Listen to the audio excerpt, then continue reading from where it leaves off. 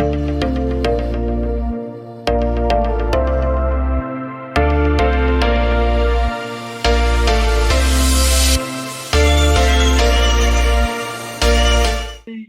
everybody doing today? It is finally sunny again here in Sydney, and I'm just seeing if I can get my camera in the right positions because I had a brainwave yesterday. Instead of having my camera and phone up on the tripod and then my computer next to it as much as possible, and my eyes are like looking to the camera, to the computer, to the camera, to the computer. I actually have them in the same spot right now, so I can just look straight at everybody, regardless of whether you're on Big O Live or whether you are on the Zoom and you are joining live or you are watching the replay. So this is really amazing.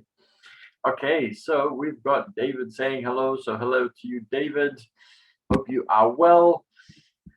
Okay, so this is 15 minutes of reading because reading is really important. And as usual, this is the book that I'm supposed to be reading because that's what I said I was going to be reading. But I only have the Chinese version, which is good for my Chinese practice, but not good for me reading to you because some of you may speak Chinese, but I think a lot of you don't. So at the moment, we've been reading The Art of Thinking Clearly, which is a very interesting book. I don't agree with everything in there, which is why it's so much fun to read and give my commentary. And yeah, there are still some really important lessons in there that are going to make us better as people, which is what the whole purpose of me and my channel and being able to invest and have a healthy lifestyle and be able to do everything that you want to achieve. And to do that, very often we need to think more clearly. So where are we up to? What's the last chapter we read? Leave your supermodel friends at home. Chapter 10, that's the last thing that we read. And we said that the next chapter was going to be why we prefer a wrong map to no map at all. The availability bias. We're up to chapter 11. Here we go. And I ran out of coconut water, so I can't really drink anymore. So hopefully my voice holds out. Okay, and we're going to have Mladen joining us, which is really cool. So he's just received the message with regards to that one. Very good. Okay. Just going to, there we go. Okay. So why we prefer a wrong map to no map at all, the availability bias. Hopefully I can speak today. Here we go. Okay. Smoking can't be that bad for you. My grandfather smoked 3 packs of cigarettes a day and lived to be more than 100. Or Manhattan is really safe. I know someone who lives in the middle of the village and he never locks his door, not even when he goes on vacation, and his apartment has never been broken into. We use statements like these to try to prove something, but they actually prove nothing at all. When we speak like this, we succumb to the availability bias. English words have K in third position and start with a K. Why do most people believe the opposite is true? Because we can think of words beginning with a K more quickly. They're more available to our memory. So very often we run programs in our mind, and these programs will determine what we decide and what we think and what's happening. And if we have run a program many, many times, then that is something that's close to mind, as they say. So it is something that we can recall easily.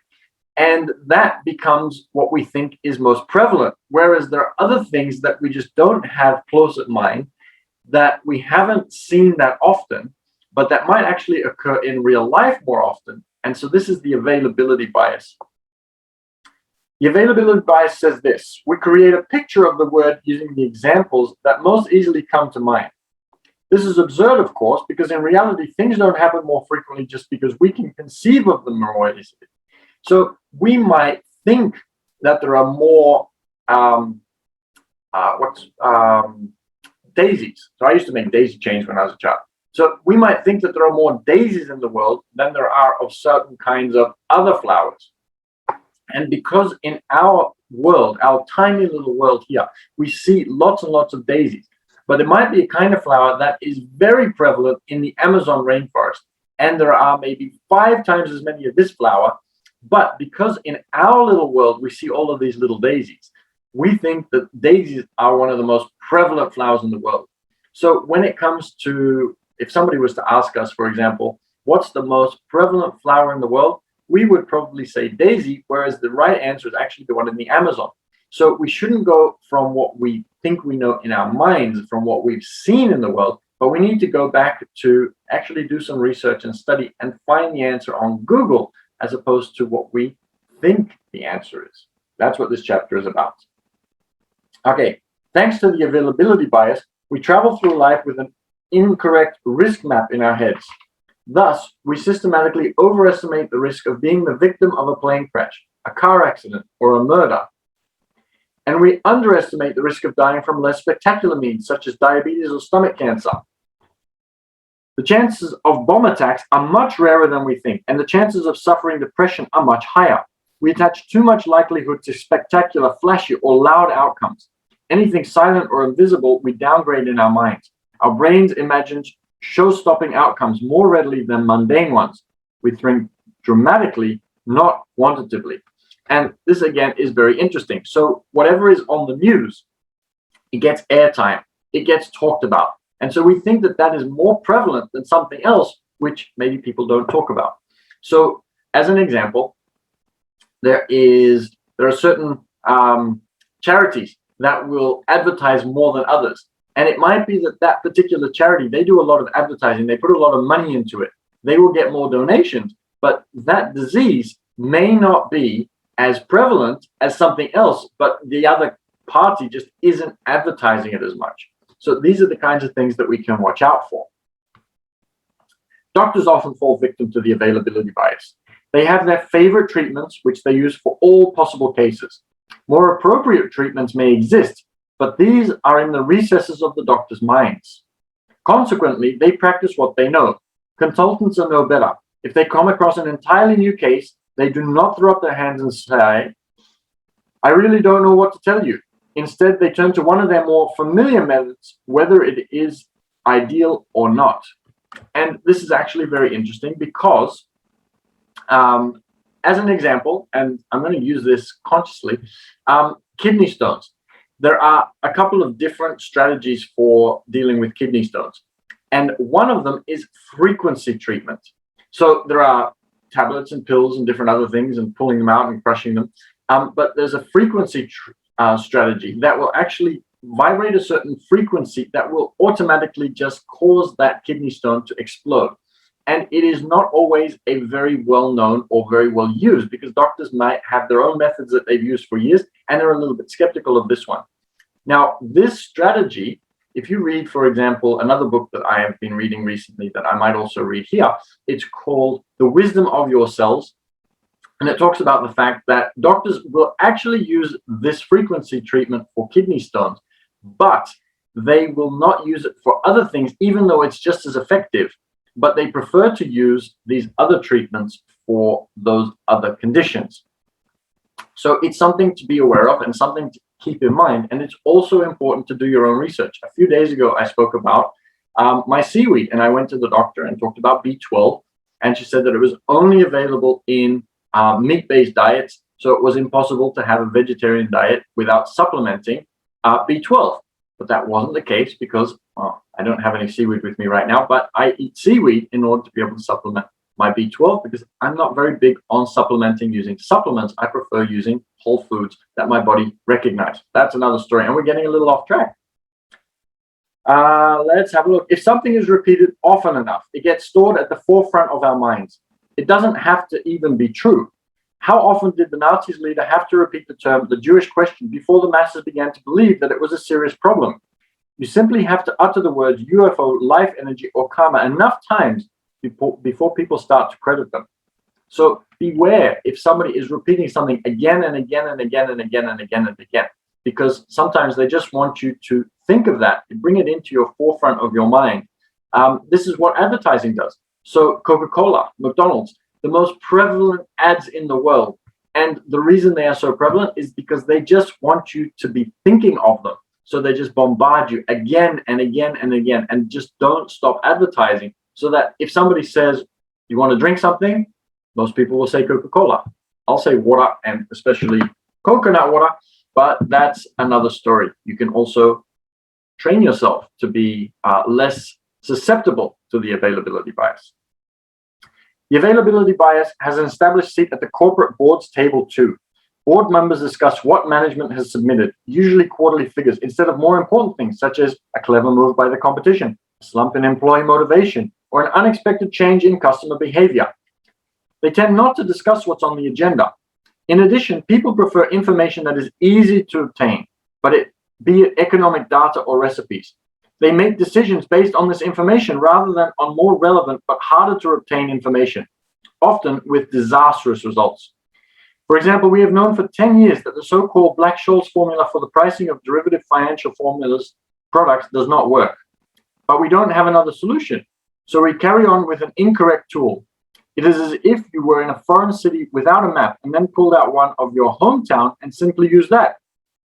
Practically impossible. We prefer wrong information to no information.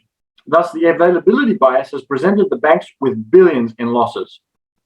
What was it that Frank Sinatra sang? Oh, my heart is beating wildly, and it's all because we're here. When I'm not near the girl I love the girl I'm near. That's a good example. A perfect example of the availability bias. Fend it off by spending time with people who think differently than you do. People whose experiences and expertise are different than yours. We require others' inputs to overcome the availability bias. So this is very, very true. We often just reach for whatever is close and whatever is easiest rather than taking the time to do the research. We don't necessarily take the time to speak to people that have a disagreement with what we believe. We don't necessarily go to Google and look at every result on Google rather than having a look at things that also disagree with what we already agree with. So these are the ways in which we can avoid this availability bias. It is an amazing topic, and it is so important in life, really, to think clearly. So again, I don't agree with everything, but the availability bias, definitely, I will agree with that one because it is prevalent. It is something that we can watch out for, and it is something that can improve our lives if we open ourselves up to different things. I was actually watching a video series. I think it's called Something Adam, and he actually breaks down Dubai and the Hyperloop and different other projects and why they are not necessarily that good. And it's good to have not just somebody tell you why something is good, but also have a look and discuss with somebody who thinks that it's not a good project. Because very often people like Elon Musk will be surrounded by people who are going to tell him that he's wonderful and great. And he doesn't have anybody that's contradicting his ideas. In this case, this person is having a look at some contrary ideas, and it would be good for everybody to discuss things from both sides. And I very often do this. I do this with my research on coronavirus and different things like this. So it's important to stay open-minded and have a look at different things. This has been another great chapter. Let's have a look at what we're going to be reading next time. Let's have a look. Where are we up to? Availability bias. And next time, chapter 12, why no pain, no gain should set alarm bells ringing. The it'll get worse before it gets better fallacy. This is another really good one. I haven't read this book for a while, but it's really good to read it and share and give commentary on it. And I remember some things from it after a while, which is really cool. Okay, so this has been great. I love reading for you. Leave me comments. Let me know what you think. Feel free to comment and let me know while I'm reading, even though I think some people might have, but it's a bit difficult to actually see when I'm reading. So here we go. Miriam's become a fan, she says. So I'm going to follow back. There we go.